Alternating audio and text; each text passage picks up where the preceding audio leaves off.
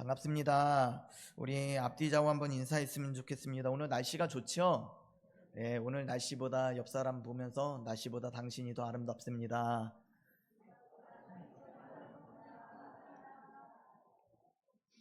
외모를 보시지 마시고 그 마음의 중심을 봐주시면 감사하겠습니다. 음, 오늘은요 느헤미야처럼이라는 말씀으로 제목으로 은혜를 나누려고 합니다. 아, 한 가지 질문을 좀 드리고자 해요. 하나님이 지금 이 시간에 딱 한 사람을 찾는다면 어떤 사람을 찾을까요? 특별히 원주 신일교회에 필요한 사람으로 이런 사람을 찾습니다 하고 하나님께서 찾으신다면 어떤 사람을 찾으실까요? 능력이 있는 사람일까요? 아니면 인맥이 넓은 사람일까요? 아니면 기도를 열심히 하는 사람일까요? 또 봉사하기에 적합한 시간이 많은 사람일까요? 오늘 우리가 함께 살펴볼 느헤미야는 그 어느 것도 아닌 다른 이유로 하나님께 쓰임받은 사람이다라는 것입니다. 그리고 그 이유가 오늘 이 자리에 계신 우리 모두에게 해당된다는 사실이 오늘 이 말씀의 출발점입니다. 교회는요 예수 그리스도의 몸입니다. 그를 머리로 또 그의 몸된 지체로 우리가 한 사람 한 사람 이렇게 그 기능을 감당하고 있는 것이죠. 교회 안에 그렇기 때문에 불필요한 사람은 단 한 명도 없습니다. 누구나 존귀하고 사랑받아야 할 소중한 사람들인 것입니다. 그럼에도 불구하고 점점 그리스도인들이 줄고 있어요. 그런 오늘날 이러한 작태에 교회에 정말 필요한 사람, 더 필요한 사람 누굴까라는 것입니다. 오늘 본문을 통해서 느헤미야가 어떤 사람이었는지를 좀 살펴보고요. 그리고 우리 모두 느헤미야처럼 이 원주 신일교회를 섬기고 세워가는 꼭 필요한 사람이 되어주시기를 주 여러분 축복합니다. 느헤미야가 예루살렘에 도착했어요. 그렇다면 어떤 상황에서 예루살렘에 오게 되었느냐라는 것이죠. 지난 말씀을 통해서 우리는 느헤미야는 바사 왕국의 수상궁에 있었어요. 그리고 술 맡은 관원장으로 안정된 삶을 살고 있었습니다. 그에게 들려온 소식은 예루살렘이 무너졌다, 성벽이 다 무너져 있다. 그래서 그 사람들이 참 외세의 많은 이방인들에게 또 수치를 당하면서 살아가고 있다, 이런 소식을 듣습니다. 그 자리에서 느헤미야는 주저앉아 버렸던 것 같습니다. 그리고 수일 동안 울며 금식하며 기도했어요. 그런 와중에 왕 앞에 섰을 어느 날 수심이 가득한 것을 왕이 감지하고 그에게 묻죠. 네 얼굴이 왜 그러냐 라고 했을 때 이 상황을 어떻게 해야 될까라고 막막하고 당황한 상황 가운데 그것을 기회로 바꿨습니다. 하나님 앞에 묵도하고 난 다음에 자신이 해야 될 말을, 자신의 마음 깊은 곳에 있었던 그 소원들을 아뢰기 시작합니다. 그때에 아닥사스다 왕이 느헤미야의 모든 요구를 다 들어줘요. 사실 들어줄 이유가 하나도 없습니다. 자기가 점령한 나라고요. 그 나라에 도성을 세운다는 건 말이 안 되는 이야기였습니다. 그럼에도 불구하고 느헤미야가 요구한 것을 왕이 마음으로 좋게 여기고 다 허락해 주었다는 것이죠. 이런 장면에서 우리는 느헤미야가 어떤 사람인지 그 모습이 좀 드러나는데, 오늘 본문에 보니 오랫동안 또 이 바사 왕국에서 수상궁에서 예루살렘까지 오는 그 길이 결코 짧지만은 않았을 거예요. 한 4개월 동안 기도하고 또 왕의 명령을 조서를 가지고 허락을 받고 예루살렘까지 오면 이미 또 거기서도 한 4개월 정도가 흘렀던 것 같아요. 그러면 반년 이상의 세월이 흘러간 것이죠. 그러니 얼마나 그 마음에 기도를 시작한 날부터 예루살렘에 도착할 때까지 그 마음이 성벽을 세우겠다, 그 마음으로 얼마나 가득 차 있었겠어요. 오자마자 저 같으면 제 성격상으로는 막 벌써 어디가 무너졌는지 보고 사람들을 찾아가서 우리가 이 성벽을 세워야겠다라고 막 했을 것 같은데, 그는 그렇게 하지 않고 3일 정도 휴식을 가졌던 것 같습니다. 그 3일의 시간을 갖고 지친 심신을 추스리고 그리고 조용히 상황을 파악했던 것입니다. 이 모습 속에서 우리는 느헤미야가 어떤 사람인지를 보게 되더라는 것이죠. 우리가 교회의 일을 해나갈 때 뿐만 아니라 우리의 가정과 사업도 하나님의 일이라면 그 일을 해나갈 때에 느헤미야처럼 좀 해야 될 필요가 있어요. 그래서 오늘 이 느헤미야에게 우리가 4가지 지혜를 좀 배워보려고 합니다. 첫 번째는요, 느헤미야는 성령의 감동으로 사명을 붙들었던 사람입니다. 누구의 감동으로요? 성령의 감동으로 사명을 붙들었던 사람이에요. 근데 그 사명을 받기까지 우리는 보통 비전을 얻을 때 청소년 시절에 기도하던 중에 하나님이 감동을 주시기도 합니다. 그런데 오늘 12절을 보니까 이 어떤 모습이 나오냐면 12절 말씀 한번 읽어볼게요. 12절 같이 읽어보겠습니다. 시작. 내 하나님께서 예루살렘을 위해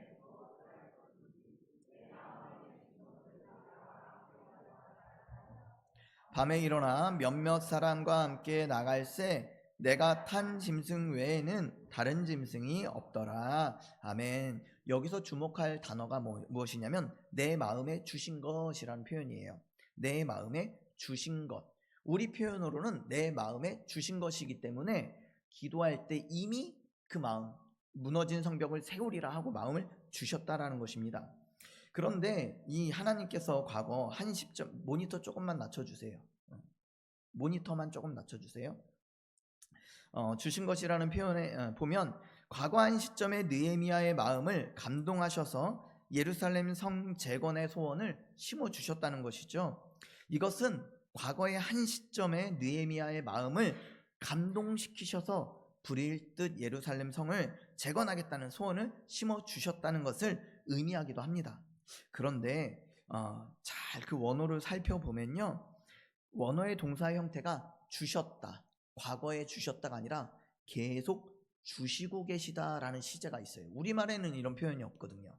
근데 원어를 보니 그 감동을 계속 주시고 계셔서 처음 소식을 들었을 때뿐만 아니라 왕 앞에 섰을 때도 마찬가지고, 또 걸어오는 내내, 고향 땅으로 걸어오는 내내도 그랬고, 또 예루살렘에 도착해서도 그 감동을 계속 주시고 계셨다라는 것이죠. 그러니까 이 표현을 보면 지금도 계속 지속적인 진행의 의미로 성령의 감동을 느헤미야에게 부어 주시고 계시다라는 것이죠. 다시 말해서 하나님께서는요, 사명을 한 번 주신 것으로 끝내지 않으신다라는 것입니다. 저도 원주 신일교회 올 때 오기 전에 하나님 앞에 기도하면서 하나님 저에게 교회를 맡겨주신다면 이렇게 세워가겠습니다 하는 마음이 있었을 거 아니에요. 그러면 그 마음을 붙잡고 제 힘과 능력과 지혜로 막 쏟아붓는 것이 아니라 여기 와서도 앞으로도 2달이 되어서도 석 달이 되어서도 1년이 되어서도 계속 그 감동을 받아야 그 일들을 해낼 수 있게 되는 것이죠. 그러니까 사명을 완수할 때까지 성령의 지혜와 열정을 끊임없이 부어 주신다는 사실을 우리는 기억해야 한다는 것이죠. 제가 터키에서 잠깐 단기 선교를 한 3주간 정도 다녀온 적이 있어요. 선교사님들하고 이렇게 교제를 하면서 한 곳을 가가지고 그곳에서 이제 한 2, 3일간 선교사님하고 이렇게 교제를 하면서 비전에 대한 강의를 좀 해주시는 거예요. 그러면서 자기가 청년 시절부터 비전 노트를 썼던 것들을 이렇게 보여주시는 거예요. 물론 저는 필기하고 노트에 이렇게 적는 걸 별로 좋아하진 않아요. 그래서 그걸 따라하진 않지만 그 말씀을 통해서 제게 큰 인사이트가 제게 왔는데, 그게 뭐냐면 형제님, 비전을 연초에 한번 기록해 보세요. 그리고 해가 지날 때마다 그 비전 노트를 한번 펼쳐보세요. 그러면 어떤 것들은 해마다 바뀌는 것들이 있어요. 이렇게 됐으면 좋겠다, 저렇게 했으면 좋겠다, 하나님이 이렇게 되기를 원합니다 하고 바뀌는 것들이 있어요. 그런데 어떤 거는 어렸을 때 가졌으나 한동안 잊고 있다가 다시 생각이 나고 쭉 일맥상통하게 내가 그 마음의 깊은 곳에서 사라지지 않는 것이 있습니다. 그걸 비전으로 삼으셔야 되는 거예요. 하나님께서는 그 인생을 이뤄 가실 때에, 그 사람을 통해 그 비전을 이루실 때에 감동을 한 번만 주시지는 않는다는 거예요. 계속해서 비전을 주신다라는 것이죠. 만약에 비전이 받고 사라져 버렸으면 그때뿐인 거예요. 그런데 계속 상황은 변하지 않는데 제 마음에 계속 부어지는 감동이 있다면 하나님이 반드시 하실 줄로 믿으시기 바랍니다. 하나님이 그것을 비전으로 주셨다라는 거예요. 특별히 우리 신일교회에는요, 그렇게 계속 하나님의 성령의 감동으로, 주시는 감동으로 사명을 붙드는 여러분들이 많아졌으면 좋겠습니다. 한 영혼을 품는데 그 영혼을 계속해서 주시는 마음이 있어서 기도하는 자리에서도 계속 생각이 나고, 또 봉사의 자리가 있는데 계속 마음이 자꾸 묻어두고 힘들 것 같아서 접어두고 외면하는데 자꾸 일어난다면 그건 하나님이 이루시는 사명인 것이죠. 그 사명을 끌어안고 계속 하나님의 성령에 감동받아 사역해 나가시는 그런 성도님들이 우리 신일교회 많아지기를 주의 이름으로 축복합니다. 자, 그러면서도요, 조심해야 될 부분이 있어요. 무엇이냐면 오늘 느헤미야는요 3일 동안 쉬었어요. 그리고 조용히 성벽을 이렇게 살펴보았습니다. 느헤미야는요 자신이 하나님으로부터 사명을 아무에게도 먼저 말하지 않았습니다. 여기서 말하지 않았다는 것은 단순한 침묵이 아니고요, 제안하거나 사람들을 만나서 설득시키지 않았다는 거예요. 느헤미야가 예루살렘에 왜 왔어요? 성벽을 세우려고 하는 것이잖아요. 성벽은 절대로 혼자서 세울 수 없습니다. 그러면 제일 먼저 찾아가야 될 게 뭐냐면 그 지역에서 이미 사람들의 리더들을 찾아가야죠. 그리고 내가 왜 왔는지, 무슨 일을 했는지, 또 어떤 계획을 갖고 있는지 한 사람 한 사람 만나면서 설득하려고 해야 된다는 것이죠. 그게 상식이에요. 그런데 이 느헤미야는 그렇게 하지 않았다라는 거예요. 잠언 16장 9절에 보면요, 사람이 마음으로 자기의 길을 계획할지라도 그 걸음을 인도하시는 것은 여호와시다, 이렇게 기록합니다. 하나님이 내게 감동을 줘도요, 계속 감동을 받아서 먼저 기도하고 하나님보다 앞서지 말아야 돼요. 우리는 감동을 받으면 그게 너무 기뻐요. 그리고 그걸 꼭 해야 될 것 같아요. 여러분, 우리가 살아가다 보면 기도하는 가운데 하나님이 감동 주시면요, 그게 상당히 우리에게 강렬한 기억이 됩니다. 그래서 반드시 해야 될 것 같고, 지금 당장 해야 될 것 같고, 꼭 해야 될 것 같다고 생각이 드는 일들이 있어요. 그러다 보면 교회 안에서 이것 해야 됩니다. 우리 다음 세대를 위해서 이것 해야 됩니다.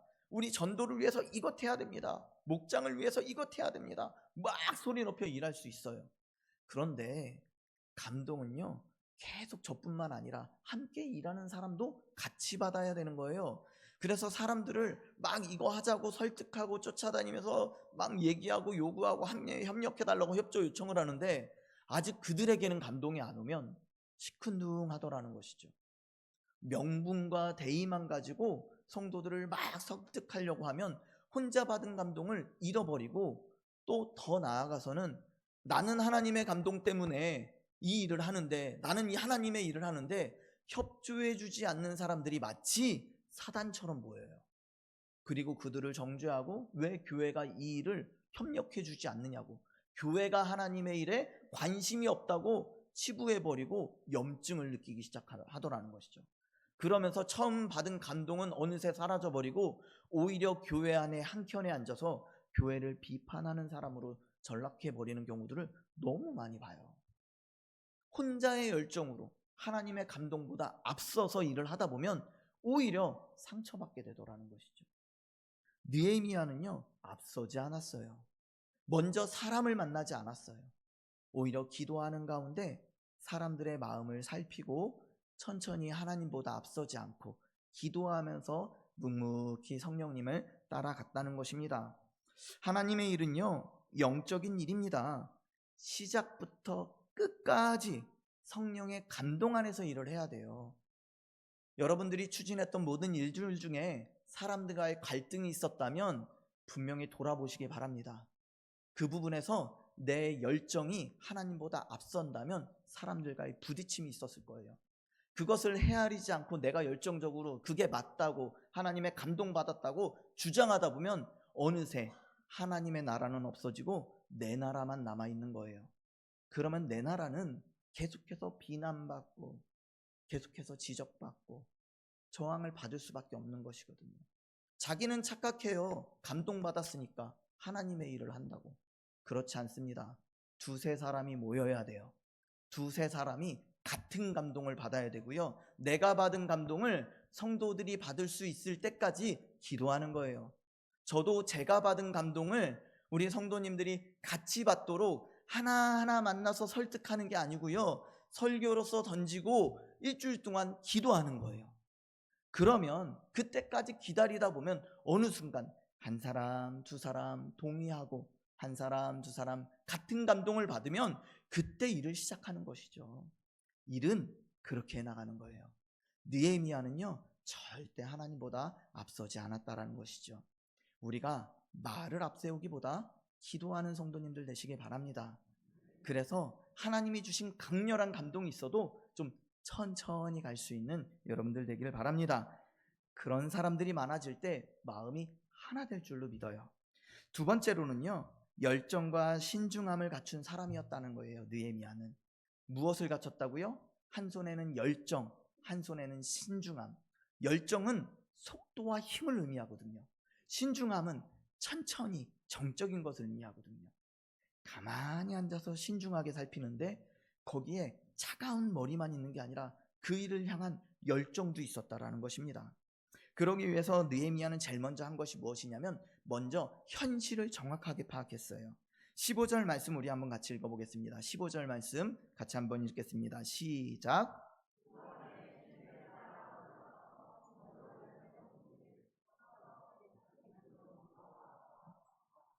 아멘. 그 밤에 사람들 우리가 좀 살펴보자 하고 다 끌고 간 게 아니라요, 조용히 먼저 사람들을 살피고 조용히 성벽을 살폈더라는 것입니다. 본격적으로 일을 뛰어들기 전에 정말 어디가 무너져 있는지, 어디부터 시작해야 될지 면밀히 살폈다라는 것입니다. 그 밤에 골짜기 문으로 나가서라고 하는 것은 측근 몇 사람만 데리고 예루살렘 성벽 전체를 비밀리에 돌아보았다는 것이에요. 살펴보니 상황이 너무나 참담했대요. 어떤 구간에서는요 14절 말씀처럼 자기가 짐승을 타고 가는데 도저히 지나갈 수 없을 정도로 성벽이 다 무너져서 짐승이 발을 내디딜 수 없게 돼버린 것이죠. 너무나 황폐해져 있었습니다. 그런데 느헤미야는 이 사실을 제사장에게도 귀족에게도 방백에게도 알리지 않았다는 것입니다. 조용하게 면밀하게 그리고 정확하게 자신의 노트에 기록했겠죠. 그러면서 어디가 무너져 있는지 살펴보는 거예요. 우리가 우리의 가정을 볼 때도 우리의 교회를 볼 때도요 뭐가 무너져 있는지 정확히 살펴야 됩니다. 때로는 그런 이야기들이 듣기 싫게 느껴질 때도 있어요. 왜냐하면 왜 그렇게 얘기하냐고, 왜 이렇게 단정하냐고 그럴 수 있거든요. 우리가 목장 모임이 잘 이루어지지 않았잖아요. 그래서 우리는 목장 모임이 잘 이루어지지 않잖아요 라고 얘기하면 왜 목사님 그런 식으로 앞으로 잘 될 거라고 막 그거를 외면하려고 하는 경우들이 있어요. 그러면 현실을 묻어두는 거예요.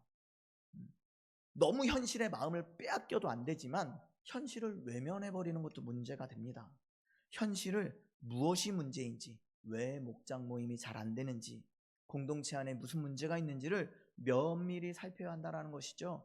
가정도 마찬가지예요. 가정 안에 부부간의 문제 때문에 자녀들이 문제가 있는지, 아니면 부부간에 문제는 없는데 자녀들이 학교에서 문제가 있는지 좀 관심을 가지고 주도 면밀하게 살펴야 하더라는 것입니다. 그랬을 때에 우리는 상황을 정확히 볼 수 있게 된다는 것이에요. 그러면서도 하나님의 일꾼에게는 뜨거운 열정이 있어야 한다는 것입니다. 왜냐하면 현실은 그렇다 할지라도 우리가 믿는 하나님이 누구세요? 전능하신 하나님이시거든요. 우리가 주라고 고백하는 그분이 누구세요? 사망 권세 이기시고 부활하신 주님이시잖아요. 죽음도 이기신 주님이시잖아요. 아무리 우리의 어둠의 긴 터널 가운데 답이 안 보일 것 같아도, 죽을 것 같아도 우리를 살리시는 주님이시다라는 것이죠. 그렇기 때문에 그것을 붙잡고 나아가는 거예요. 우리가 죽을 것 같아도 우리 주님이 이미 죽으셨어요. 주님은. 그리고 살아나셨어요. 주님이 살아나셨기 때문에 우리도 살아난다라는 것이죠. 우리의 싸움은요 내가 싸워서 이기는 것이 아니고 주님이 싸워 놓으셔서 승리를 이겨 놓으시고 선포했기에 우리 삶에서도 그 승리를 선포하는 삶이에요. 그러니 우리의 싸움은요 주님보단 가볍습니다. 주님을 모시고 주님 안에서 우리 삶에서 선포하고 십자가를 선포하고 예수 그리스도의 보혈로 선포하면 이겨내게 될 줄로 믿습니다. 그것을 믿는 거예요. 어떠한 상황에서도 우리의 신음소리까지도 다 캐치하시는 주님이 상황이 그렇다 할지라도 너무나 막막한 현실인 건 맞지만 전능하신 하나님의 능력의 주의 손이 우리 삶 가운데 덮어주시면 바뀌지 않을 상황은 없다. 변화되지 않을 사람은 없다. 우리는 그것을 믿는 것이죠. 아무리 막막한 현실에도 돌파구를 만들어 주신다. 길이 없는 것 같을지라도 길을 열어 주시더라. 아무리 목마르고 도저히 소산이 없는 것 같을지라도 비를 내려 주시더라는 것이죠. 우리의 현실과 주님의 전능하심의 괴리 아래 은혜로 채우는 믿음이 필요한 거예요. 그 괴리를 우리는 믿음이라고 얘기하는 거예요. 근데 이것을 주님은 놓치고 땅만 보면 낙심과 좌절이 오는 것이고요. 믿음만 보고 현실을 외면하면 맹목적인 믿음이 돼버리는 것입니다. 우리는 둘 다 파악하고 현실 앞에 하나님을 믿는 믿음을 가지고 열렬히 기도해야 되는 거예요. 그러면 하나님의 능력이 우리가 삶 가운데 임하여 주셔서 하나님의 주의 손이, 능력의 손이 사람도 만져주시고 상황도 만져주시고 나도 만져주실 줄로 믿습니다. 또한 교회도 만져주시고 나라와 민족도 만져주실 줄로 믿습니다. 그 우리의 현실의 괴리 가운데 은혜로 가득 채우시는 우리 성도님들 되시기를 주의 이름으로 축복합니다. 그래서 열정과 분석력을 같이 가지셔야 된다는 것이죠. 뜨거운 기도의 열정과 냉철한 머리를 함께 가져야 한다는 것입니다. 그런 사람을 하나님께서는 쓰시는 거예요. 세 번째로는요, 공동체의 영적인 도전을 주는 사람이어야 해요. 느헤미야의 간증이 이 예루살렘에 있던 주민들에게 큰 감동을 주고 또 도전을 주었거든요. 예루살렘 성벽의 실상을 정확히 파악한 느헤미야는요, 이제 백성들에게 나아갑니다. 17절을 보면요, 그는 성벽이 무너져 예루살렘이 수치를 당하고 있음을 직시하게 되었어요. 그리고 함께 성벽을 건축하자고 권면합니다. 그런데 그가 백성을 설득한 방법이 주목할 만합니다. 우리가 이렇게 해서 이 성벽이 무너졌으니까 옆 사람들이 우리를 우습게 보고, 이 성벽이 무너졌으니까 저 민족이 우리를 쳐들어오고, 이렇게 얘기하지 않았어요. 자기가 여기에 왜 있는지를 설명한 거예요. 바사 왕국의 수상궁에 있을 때 나는 한 소식을 들었고 금식하며 기도하던 중에 하나님이 나에게 감동을 주셨고 또 왕 앞에 수심을 드러냈는데 아주 위기 상황이었는데 묵도하고 기도하니 그 왕의 마음을 하나님께서 붙잡아 주셔서 내가 제목도 얻게 되었고 또 성벽을 세울 재료도 얻게 되었고 또 통행에 어려움이 없도록 통행 조서도 얻게 되었고 심지어 성벽을 세워도 된다는 허락도 받았다고. 하나님이 나에게 하신 일을 설명하니, 간증하니 그들의 마음이 하나님이 하시는 거구나. 정말 우리 삶 가운데 하나님이 찾아오셨구나. 저 사람을 통해서 하나님이 일하시겠구나 하고 소망을 보기 시작했더라는 것이죠. 목장 모임이 이런 모임이 되어야 해요.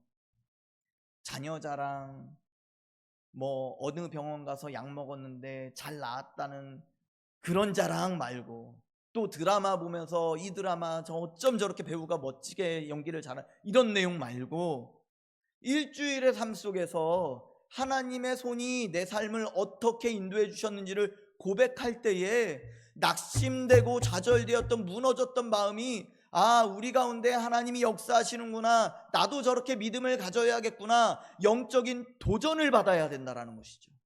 그런 이야기들이, 그런 감동들이 목장에서 일어나야 돼요. 전도회도 마찬가지입니다. 당회도 마찬가지예요.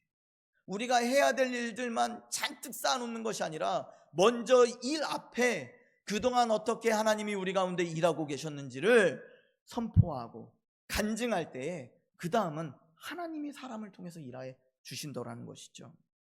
어떤 사람이 되어야 한다고요? 주변 사람들에게 영적인 도전을 일으키는 사람. 목사가 어떤 사람이어야 될까요? 성도들에게 영적인 도전을 불러일으키는 사람. 제가요 요즘 너무 감사해요. 왜 감사하냐면 제가 금식하며 기도하겠습니다 했더니 많은 분들이 동참해 주세요. 시간을 작정하고 저도 함께 금식할게요, 저도 기도할게요, 저도 새벽을 작정할게요, 저도 금요일에 뜨겁게 기도할게요. 너무 감사하더라고요. 그런 성도님들이 많아지면 교회도 하나 될 줄로 믿습니다. 각자의 성향은 달라도, 각자의 삶의 이슈는 달라도, 각자의 상처들은 달라도 기도로 마음이 모아지면 어느새 나도 모르게 내 것이 별로 중요하지 않게 되고 내 상처가 별로 중요하지 않게 되고 어느 순간 하나님이 이뤄가실 놀라운 그 비전 앞에 너무 그렇게 되고 싶다, 너무 그렇게 살고 싶다, 정말 그렇게 됐으면 좋겠다 하는 비전으로 영적으로 도전받아 내 것을 다 내려놓고 하나님의 나라에 올인하는 그런 성도님들 되실 줄로 믿습니다. 그렇게 영적인 도전을 주는 저뿐만 아니라 여러분들이 가정에서, 또 직장에서, 또 목장에서, 전도회에서 그런 분들이 되어주시기를 주님을 축복합니다. 환경에 낙심하고 신앙이 흔들리는 성도들에게 도전과 위로와 격려와 힘을 주어서 우리 서로 세워주고 함께 자라가는 그런 원주 신일교회 성도님들 되시기를 주님을 축복합니다. 마지막으로 네 번째는요, 영적으로 단단히 무장된 사람을 하나님이 쓰신다는 것입니다. 또 느헤미야는 그런 사람이었다는 것이에요. 느헤미야가 일을 시작하려고 하니까 이게 방해꾼이 생겨요. 하나님의 일을 시작하면요, 반드시 방해가 생깁니다. 유다 백성이 성벽을 재건하려고 하자 즉각 방해가 일어났어요. 산발랏과 도비아와 게셈이라는 사람이 성벽 재건을 막 하는 이들을 향해서 네가 지금 바사왕을 배반하려 하는구나, 역모를 꾸미는구나 라고 막 모함하기 시작합니다. 산발랏이라는 사람은요, 사마리아를 다스리는 최고 권력자였어요. 총독이었어요. 그러니까 사마리아 총독으로 사실은 예루살렘도 자기의 손 안에 있었거든요. 그런데 예루살렘이 성벽을 쌓고 자기네들의 자치권을 세우다 보면 자기의 이 영토가 줄어드는 거잖아요. 그러니까 좋아할 수가 없죠. 어떻게 해서든지 왕이 그 일을 시작했더라도 음모로 그걸 무마시켜야 되는 거잖아요. 그러니까 산발랏은 너희들이 역모를 꾸민다, 모함하기 시작하고 사람들에게, 유대 사람들이 아닌 다른 사람들에게는 음모를 꾸며서 거짓 유언비어를 터뜨리고 그 소식을 듣는 이스라엘 사람들은 불안해하게 만들었다라는 것이죠. 하나님의 일에는요, 반드시 사탄의 방해가 따릅니다. 그리고 중요한 일이 그 일이 중요할수록 그 방해는 더 악랄하고 교묘해집니다.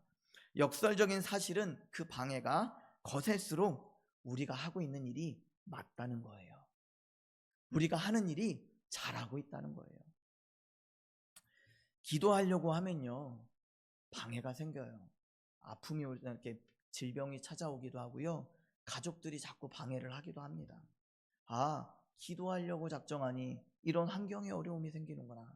내가 어떤 직분을 맡아서 봉사하려고 하면요, 꼭 직장에서 환경이 문제가 생기거나 가족들이 자꾸 방해를 넣거나 할 수 있어요. 사람이 사탄이 아니고요, 상황 가운데 사탄이 역사하는 거예요. 사람한테 사탄아 물러가라 하시면 안 됩니다. 절대로 안 되는 거예요. 사람이 아니고 그 상황 가운데 역사하는 배후가 있다는 것이에요. 그걸 쫓아내면 사람의 마음도 협조적으로 바뀌는 거예요. 그래서 우리가 하는 일에 자꾸 어려움이 생기고 머뭇거리는 일이 생기고 장애물이 생긴다면 하나님이 여러분들 가운데 일을 시작하신 줄로 믿으시기 바랍니다. 기도하면 그 일을 끝까지 이루어 주실 줄로 믿습니다. 혼자 그 일을 감당하지 마시고 방해가 있을 땐 주변에 알리세요. 내가 이 일을 하는데 자꾸 방해가 있다고, 같이 기도해 달라고. 그러면 세겹줄은 절대 끊어지지 않습니다. 그런데 혼자 싸우면 무너지게 되어 있는 거예요. 그래서 목장이 필요한 거예요. 함께 기도해 줄 목장. 유혹과 시험이 와도 같이 나누세요. 그리고 함께 기도하세요. 그러면 이겨내게 될 줄로 믿습니다. 금요기도회 때 저희가 기도를 하잖아요. 여러분들 기도 제목을 금요기도회 때 좀 올려주세요. 그러면 교회가 같이 기도하면 좋겠어요. 그 한 가지만을 놓고 같이 기도하다가 교회가 기도해줘서 그 문제가 해결돼 보세요. 그러면 어떤 도전을 받겠어요? 나도 올려내야 되겠다. 너무 해결을 받고 싶으면 어떻게 되겠어요? 그 간절함이 공적인 자리에 기도 제목으로 올려놓겠죠.